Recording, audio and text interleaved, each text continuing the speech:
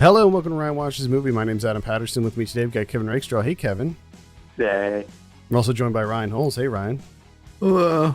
If this is your first time tuning in, Kevin and I are challenging ourselves to find movies that Ryan likes in the hopes that we'll reach a coveted 10 out of 10. You can join in on the conversation by sending your movie suggestions for Ryan to podcast@filmpulse.net or by sending me a DM on Twitter @filmpulsenet.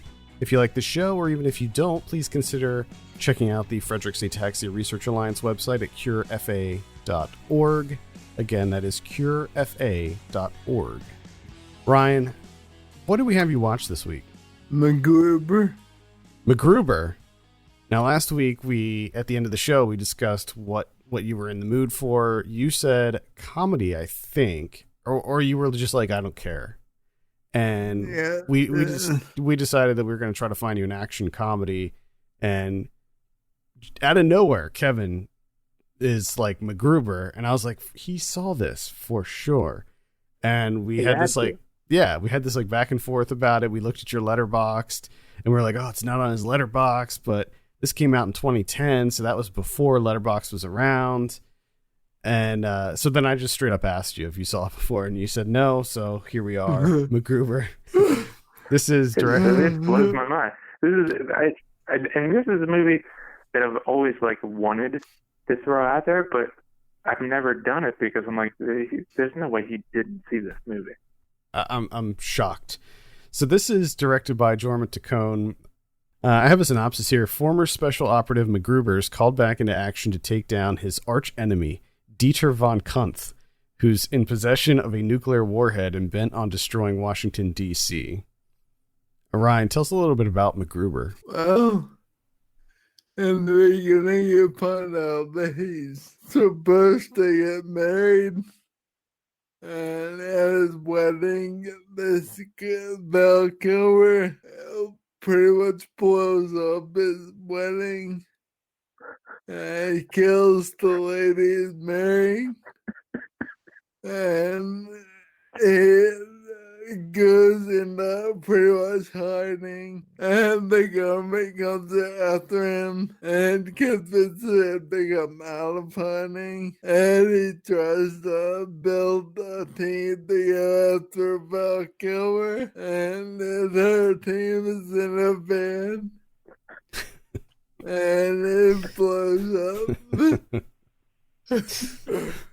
And then he's left with, I can't think, Kristen Wiig and Brad Philippe. And by the way, he doesn't like Brad Philippe. And basically, the whole movie talks shit to him. And they have many disagreements. And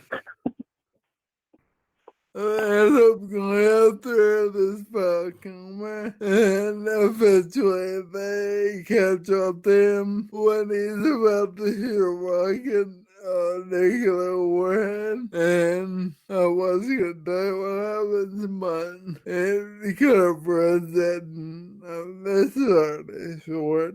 So they catch up to him, and you have to watch it to find out if everyone lives happily ever after.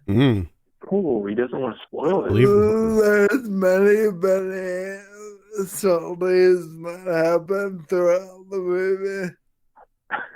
And if I try to explain them, we'd be here for hours.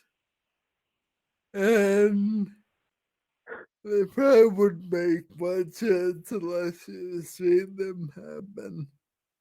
Gotcha. So that would be fun. And they're all pretty hilarious. As a matter of fact, who read this movie? Will Forte, John Solomon, and Jorma Taccone. I gotta say they're goddamn geniuses. like every time you think you're done laughing, there's something else that gets you. Fucking non-stop rapid fire. Relentless. And it's their own culture. They're not like dumb jokes that are just told. Like they secretly go with the story. Like somehow they all tie into the story. And there's also an incredible sex scene that made me almost fall out of my wheelchair. Like when I say sexy, like it's basically the epitome of like any movie sex scene, but like more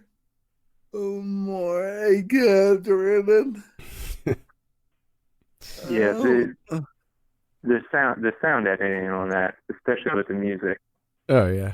I mean, it's got to be the funniest sex scene I've ever seen in my life. I had to pause the movie. I had to stop it. I couldn't take it. I 100% agree. It's so, and then the funny thing is that they doubled down on it, because right after the sex scene with Kristen Wiig, there's another sex scene with Maya Rudolph where he's having sex with his ghost wife. Yeah, that's the best part. It's not only do they double down, but they double down but make it ghost sex. Yeah. It's and so right funny. before that, Kristen Wiig had taken the bullet out of him, and like he has the pliers just laying inside his leg. Yeah. And he's not reacting at all. I have no idea how any of them kept a straight face at all. I mean, something tells me that they had to do just a million takes for every scene in this movie, because I agree with you 100%, Ryan. I think that this movie is almost nonstop funny. You know, we talk a lot about action comedies and how too often they favor action over comedy, especially in the final act, and this is definitely an exception to that, where this is just straight comedy nonstop throughout. It's so funny. So I take it that you were pleased with this movie. I was. You I'm also curious how much money did this make? how much money did it make? Let's see. Million. It made 9.3 million. That's the cumulative worldwide gross. So it actually it lost money. That's awful. Yeah, it lost money. Had a budget of 10 million, and I you know that this is. I think that this is, if it isn't considered a cult classic yet, it will be. It'll be considered a cult classic at some point. Do you think it just didn't make money because of the rating? No, Like all the swear words flying, or I don't think so. I think that it was just.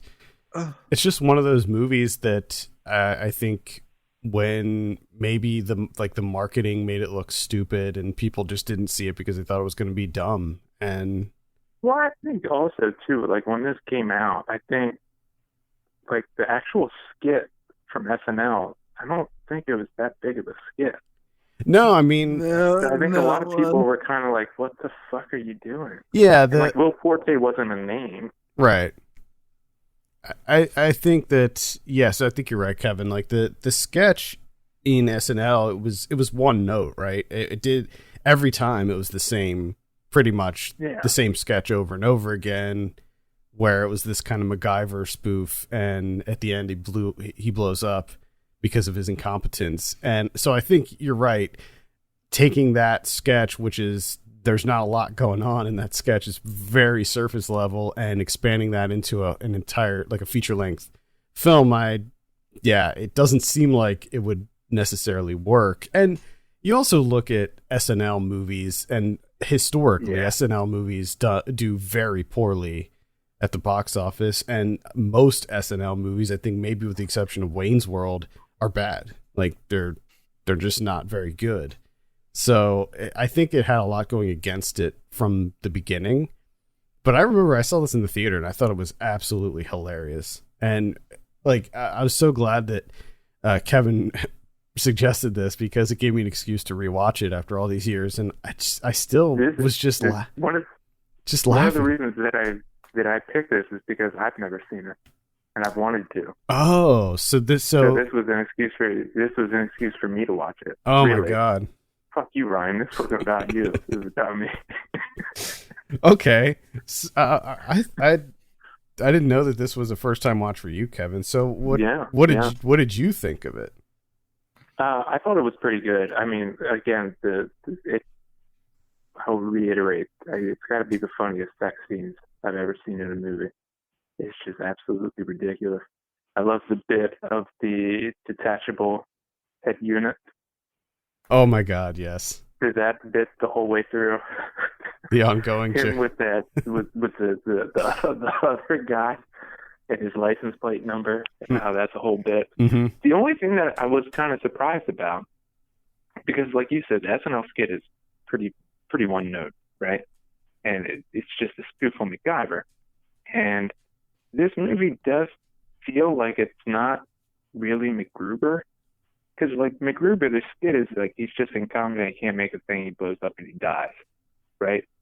But here, like, he's, like, a super fucking dick, and he's, like, extremely homophobic, and it's just kind of weird how they kind of, that's how they decided to flesh out the character. Yeah, so not only is he incompetent, but he's also kind of an ass in this. Yeah, he's, like, a huge dick. And he blows all its cover. Like he blatantly blows all his cover. Yeah, I mean, I love his plans though. Just all the various plans that he comes up with. Like the first one having Kristen Wiig's character dress up as him, and then in the second one have Ryan Phillippe dress up as him for no reason. I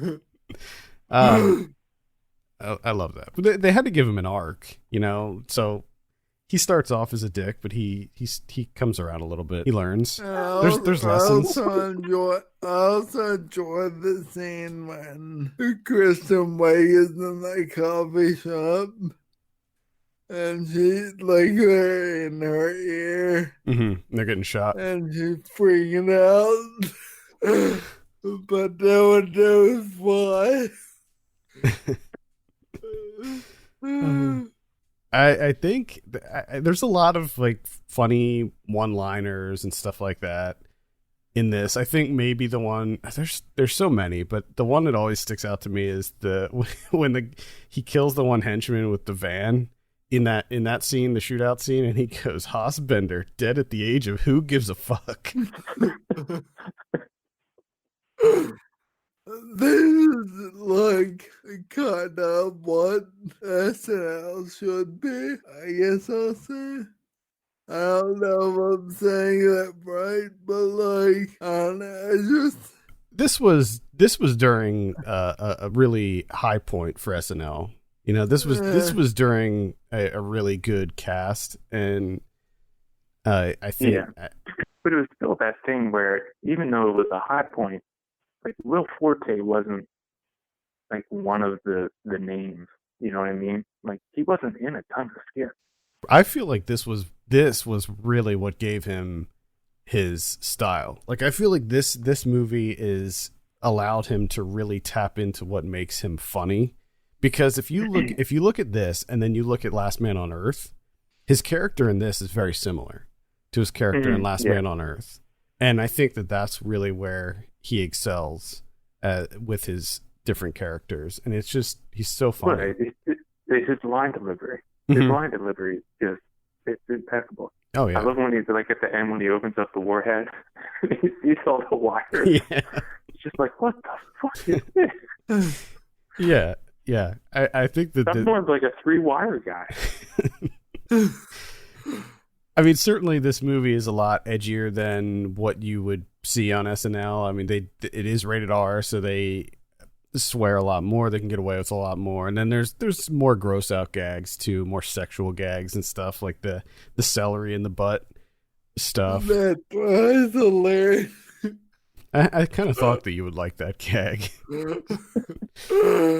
I do like when he bites it and they're like, ew, and he's like, I washed it. And then he mouths, no, I didn't.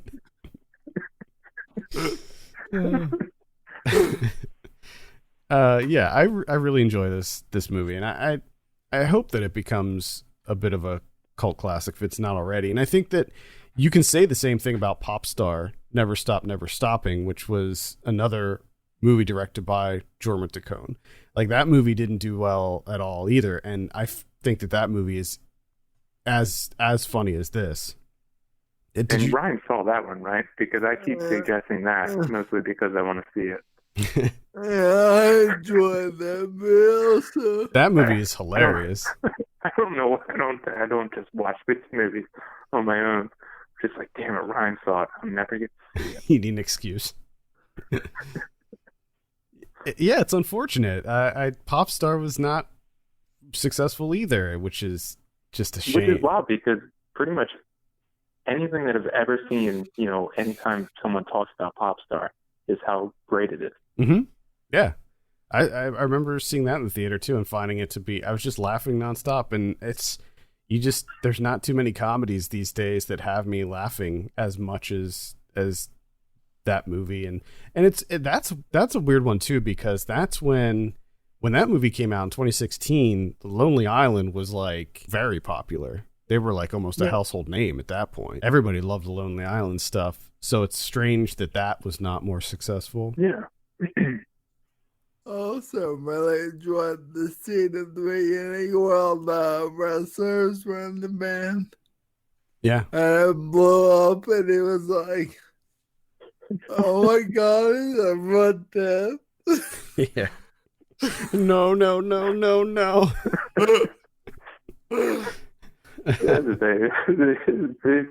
His voice. Yeah. The way he reacts. And I loved it at the end too when Val Kilmer was like, I had a team too, and they were in a band and it blew up. It's like, oh my God, really? Kristen Wiig really makes me laugh a lot. Like, yeah, she's great in this. Her ability to keep a straight face is pretty clutch because she says some ridiculous things. Mm-hmm. Yeah, and you have Ryan Phillippe in this, who is playing one of the straight men who's reacting off of all this ridiculous stuff. And I think that he does a really good job as the straight man too, because he's really funny and his reactions are really good in this. And Powers Booth in there too as the Colonel. Good cast, solid cast. So yeah, Val Kilmer is a bad guy. That's pretty clutch too. He's funny. Yeah, he's really funny in this. You'll be happy to know, Ryan, that they are working on a MacGruber too. So that is, oh my goodness, that is on the horizon. I don't know when. And I mean, now that with the pandemic, I'm sure that everything is just screwed up as far as productions. But this was. I hope they don't just make it purely to make money. Like, I hope it's actually good, like this one. Well, Jordan, no, they didn't make money the first time. So. No, I know. I don't care if the cash grab.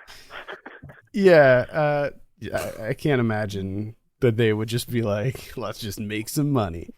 Jorma Taccone is writing and directing the MacGruber 2. So it's the same crew coming back. And it looks like Will Forte's writing is also working on the script for it. So I think it'll be fine. I think it'll be good. It'll be funny. Anything else to add about MacGruber before we give you your drum roll on this? No. Okay. I have a question. What was the funniest thing for you, Ryan? Oh my God. I was proud of this section. Just then, like, I knew before it happened, I could tell it was coming. I was like, man, this is gonna be ridiculous. But it was a lot better than I thought it would be. so perfect the way they just cut out the music. Mm-hmm. Yeah. It's just like, oh, this is just a stupid spoof. Oh, yeah. All right, Ryan, what do you give MacGruber? 10. 10 out of 10. Yes. Yes. God damn, is that back to back, or was there a 9 in between? There was a 9 in between. God damn it. There was a 9 in between. So last week was Train to Busan, I believe. That was a 9. Why didn't you like Train to Busan more, Ryan? Some bitch. Still though, I We mean, got a turkey. We could have got a turkey. yeah, this is still great though, because I mean we got 10, 9, 10. That's really good. These last few weeks were more entertaining than watching the president talk about drinking cleaner. Mm-hmm. Yeah. Certainly. So what are you in the mood for next time we meet? Let's go straight up back. Straight up action. All right. I ain't fucking around with that comedy anymore. Time to get serious. Bodies. Time to get serious. bullets through faces. Was the throat ripping? Did that give you that little bit of a taste? Did that kick off the sadistic part of your brain? And you're like, I want to see some more throat ripping. I want to see some nasty shit. Yeah. The throat ripping was good. And how he kept asking, like, I need one more. I'm like, yeah, turkey and throat ripping.